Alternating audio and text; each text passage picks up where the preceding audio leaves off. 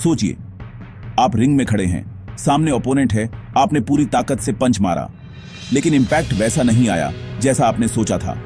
और ठीक उसी पल सामने वाला फाइटर एक सिंपल सा स्ट्राइक मारता है और आपको लगता है जैसे ट्रक टकरा गया हो। अब सवाल यह नहीं है कि वो आपसे ज्यादा स्ट्रांग था या नहीं। असली सवाल यह है कि उसके स्ट्राइक में ऐसा क्या था जो आपके स्ट्राइक में नहीं था। अगर आपने ये वीडियो मिस कर दिया तो शायद आप मुआय थाई की उस सबसे जरूरी सच्चाई को मिस कर देंगे जो पावर और स्पीड को हमेशा के लिए रीडिफाइन कर सकती है। मुआय थाई को अक्सर लोग ब्रूटल आर्ट कहते हैं। एल्बोज, नीज, शिन्स, क्लिंच सब कुछ रॉ लगता है, लेकिन जो चीज बाहर से ब्रूटल दिखती है अंदर से उतनी ही साइंटिफिक होती है। Elite Muay Thai fighters randomness में नहीं मारते। उनके हर स्ट्राइक के पीछे फिजिक्स काम कर रही होती है, बायोमैकेनिक्स काम कर रही होती है, और सबसे ऊपर एक डीप अंडरस्टैंडिंग होती है कि बॉडी कैसे एक यूनिट की तरह मूव करती है। और आज की ये बात सिर्फ फाइटर्स के लिए नहीं है, बल्कि हर उस इंसान के लिए है जिसने कभी सोचा हो कि मैं और पावरफुल क्यों नहीं मार पा रहा। जब भी हम पावर की बात करते हैं, ज्यादातर लोग सीधे आर्म्स और लेग्स के बारे में सोचते हैं। पंच मतलब हाथ, किक मतलब पैर, लेकिन यही सबसे बड़ी मिसअंडरस्टैंडिंग है। असली पावर हाथ या पैर से शुरू नहीं होती, वो जमीन से शुरू होती है। जिस पल आपका पैर फ्लोर को पुश करता है, उसी पल फोर्स जनरेट होनी शुरू हो जाती है। यही है किनेटिक चेन का पहला लिंक। अगर आपका कनेक्शन जमीन से स्ट्रांग नहीं है, तो ऊपर बॉडी में चाहे जितनी ताकत हो, वो पूरी तरह ट्रांसफर ही नहीं हो पाएगी। अब जरा अपने ट्रेनिंग के किसी एक मोमेंट को याद कीजिए, जब कोच बार बार कहता है बैलेंस रखो, हील मत उठाओ, वेट सही रखो। उस वक्त शायद वो बातें बोरिंग लगती हों, लेकिन आज अगर आप पीछे मुड़कर देखें तो समझ आएगा कि वो आपको सिर्फ स्टांस नहीं सिखा रहा था, वो आपको पावर का सोर्स सिखा रहा था। सपोर्टिंग लेग सिर्फ खड़ी रहने के लिए नहीं होती, वो स्प्रिंग की तरह काम करती है। जितनी सही तरीके से आप जमीन को पुश करेंगे, उतनी ही ज्यादा एनर्जी ऊपर की तरफ ट्रैवल करेगी। लेकिन असली मैजिक यहीं खत्म नहीं होता। अब जो मैं बताने वाला हूं, वो शायद आपने महसूस तो किया होगा, लेकिन कभी कॉन्शियसली समझा नहीं होगा। पावर का असली इंजन हिप्स होते हैं। मुआय थाई में हिप्स सिर्फ घूमते नहीं हैं, वो टाइमिंग के साथ घूमते हैं। चाहे राउंड हाउस किक हो या स्ट्रेट पंच, अगर हिप रोटेशन सही समय पर नहीं हुआ तो स्ट्राइक फ्लैट हो जाएगी। एलीट फाइटर्स हिप्स को थोड़ा डिले करके रोटेट करते हैं। यही डिले एक विप इफेक्ट क्रिएट करता है, जहां एनर्जी धीरे धीरे बिल्ड होती है और आखिरी पल में एक्सप्लोड करती है। अब जरा खुद से ईमानदारी से पूछिए, आपने कितनी बार जल्दी में हिप्स खोल दिए हैं, या फिर डर या स्टिफनेस की वजह से हिप्स को खुलने ही नहीं दिया? यही वो जगह है जहां स्पीड और पावर दोनों लीक हो जाते हैं।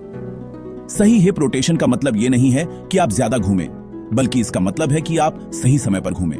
जब पैर, हिप और टॉर्सो एक रिदम में मूव करते हैं, तब स्ट्राइक सिर्फ तेज नहीं होती, वो भारी भी होती है। और अब हम पहुंचते हैं अपर बॉडी तक। टॉर्सो और शोल्डर्स को लोग अक्सर अंडर एस्टिमेट कर देते हैं। आर्म्स सिर्फ डिलीवरी सिस्टम है, सोर्स नहीं। जब हिप्स रोटेट करते हैं, टॉर्सो नेचुरली फॉलो करता है। कोर मसल्स यहां ब्रिज का काम करते हैं। अगर कोर वीक है या डिस्कनेक्टेड है, तो नीचे से आने वाली एनर्जी बीच में ही डिसिपेट हो जाती है। लेकिन जब कोर एंगेज होता है, शोल्डर्स को एक शार्प स्नैप मिलता है। यही शोल्डर स्नैप स्ट्राइक को लाइटनिंग फास्ट बना देता है। आपने एलीट फाइटर्स को ध्यान से देखा होगा, उनका पंच लगते ही हाथ तुरंत गार्ड में वापस आ जाता है। ये सिर्फ डिसिप्लिन नहीं है, ये बायोमैकेनिक्स है। एक्सटेंशन और रिट्रैक्शन का सही बैलेंस स्पीड को बढ़ाता है और एनर्जी लॉस को कम करता है। जितनी जल्दी हाथ वापस आता है, उतनी जल्दी अगला स्ट्राइक रेडी होता है। यही एफिशिएंसी है, यही हाई लेवल स्ट्राइकिंग है। अब यहां एक ऐसी बात है जो बहुत से लोग एक्सेप्ट नहीं करना चाहते। पावर का मतलब हमेशा टेंशन नहीं होता। कई फाइटर्स सोचते हैं कि अगर पूरे शरीर को स्टिफ करके मारेंगे तो ज्यादा डैमेज होगा, लेकिन फिजिक्स कुछ और ही कहती है। न्यूटन के लॉज के हिसाब से फोर्स चादर्स मास एक्स एक्सेलरेशन। एक्सेलरेशन तभी मैक्सिमम होती है जब मूवमेंट फ्री होती है। एक्सेस टेंशन एक्सेलरेशन को स्लो कर देती है। एलीट फाइटर्स स्ट्राइक से ठीक पहले तक रिलैक्स्ड रहते हैं और इंपैक्ट के मोमेंट पर ही टेंशन क्रिएट करते हैं। यहीं पर एक इमोशनल कनेक्शन बनता है। सोचिए, जब आप फाइट से पहले एंग्शियस होते हैं, नर्वस होते हैं, तो क्या होता है? शोल्डर्स टाइट हो जाते हैं, ब्रीथिंग शैलो हो जाती है, मूवमेंट रिजिड हो जाती है। और फिर स्ट्राइक में वो फ्लो नहीं आता। शायद आपने ये खुद महसूस किया हो। यही वजह है कि माइंडसेट और बायोमैकेनिक्स अलग नहीं है। Relaxed mind, relaxed body, better acceleration, ज्यादा पावर। ये सिर्फ टेक्निक नहीं, ये इनर ट्रांसफॉर्मेशन है। लेकिन असली बात तो अब आने वाली है। ब्रूट स्ट्रेंथ की एक लिमिट होती है, उसके बाद वो आपको स्लो कर देती है, स्टिफ कर देती है। स्किल्ड टेक्निक आपको एफिशिएंट बनाती है। यही रीजन है कि लाइटर फाइटर्स भी हेवियर ओपोनेंट्स को नॉक डाउन कर देते हैं। फिजिक्स किसी वेट क्लास को नहीं मानती, वो सिर्फ सही मूवमेंट को रिवॉर्ड करती है। जब पूरा शरीर एक चेन की तरह काम करता है, तब स्ट्राइक सिर्फ मसल से नहीं, मोमेंटम से पैदा होती है। अब सवाल यह है कि इस सारी साइंस को प्रैक्टिस में कैसे लाए। इसका जवाब कॉम्प्लिकेटेड नहीं है, लेकिन डिसिप्लिन मांगता है। अगली बार शैडो बॉक्सिंग करते वक्त सिर्फ पंचेस मत फेंकिए। फील कीजिए कि पैर जमीन को कैसे पुश कर रहा है, वेट कैसे शिफ्ट हो रहा है, हिप्स कैसे रोटेट कर रहे हैं, शोल्डर्स कैसे स्नैप कर रहे हैं। स्लो मोशन में अपना वीडियो रिकॉर्ड कीजिए, खुद को बाहर से देखिए। आपको अपनी सारी छोटी छोटी गलतियां साफ दिखने लगेंगी। एक सिंपल सा एक्सरसाइज इमेजिन कीजिए।